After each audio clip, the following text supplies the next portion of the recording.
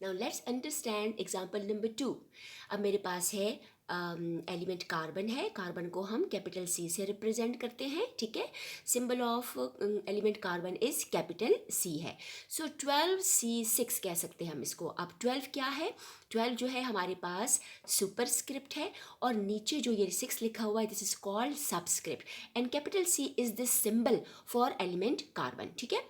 अब 6 से हमें 6 is the atomic number for carbon. तो जैसे ही एटॉमिक नंबर जहन में आएगा तो फ़ौरन से जहन में आना चाहिए कि भाई अगर एटॉमिक नंबर 6 है तो 6 ही इलेक्ट्रॉन होंगे और 6 ही इसमें प्रोटॉन होंगे। मगर 12 है तो 12 में से अगर 6 को माइनस किया जाए तो हमारे पास क्या आ जाएंगे? हाँ, 6 में से 12 में से अगर हम 6 को माइनस करेंगे तो मेरे पास क्या आ जाएंगे? Number of neutron.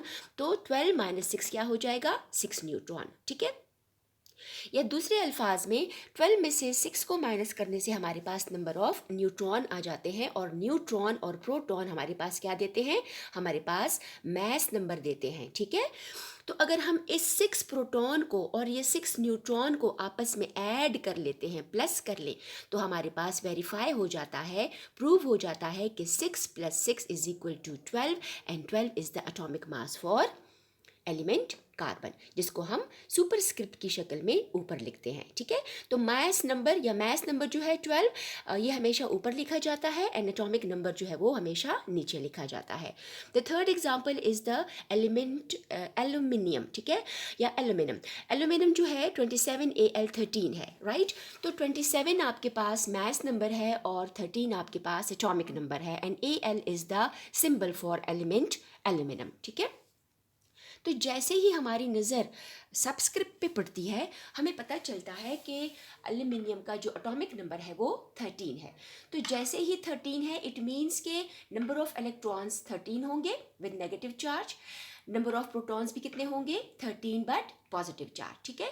और ये दोनों एक दूसरे का इफेक्ट कैंसिल करेंगे तो जो एटम होगा हमारे पास एल्यूमिनियम का वो इलेक्ट्रिकली न्यूट्रल होगा, राइट। क्योंकि नेगेटिव चार्जेस और पॉजिटिव चार्जेस ताकत में और तादाद में बराबर है तो एक दूसरे का इफेक्ट कैंसिल करेंगे और नेट हमारे पास 0 आ जाएगा। Now how to find out the number of neutrons? Very simple. 27 में से एटॉमिक नंबर को, मास नंबर में से एटॉमिक नंबर 13 को माइनस कर ले तो हमारे पास 14 आ जाएगा। ये 14 क्या है? These are basically the number of neutrons, ठीक है। अब इस 14 को जो हमारे पास न्यूट्रॉन्स आए हैं और प्रोटॉन्स को आपस में प्लस कर लें जो कि 13 है, तो 14 + 13 आपके पास क्या आ जाएंगे?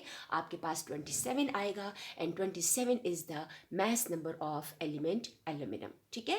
तो मुझे लगता है कि इन 3 एग्जाम्पल से आपको एटॉमिक नंबर की अच्छी तरह से समझ आ गई होगी और इंशाल्लाह इसके बाद जो हम नेक्स्ट टॉपिक करेंगे वो होगा मास नंबर।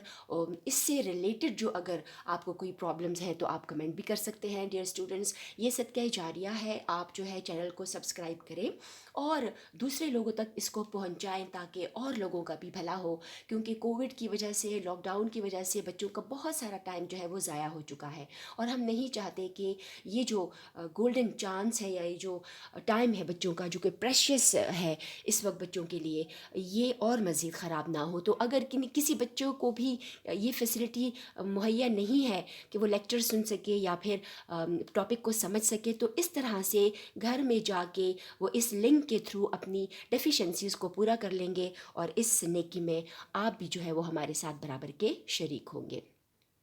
अपना ढेर सारा ख्याल रखिए, दुआ में हम सबको याद रखिए। मिलते हैं इंशाल्लाह मैथ्स नंबर के टॉपिक में। Till then take care and अल्लाह हाफिज़।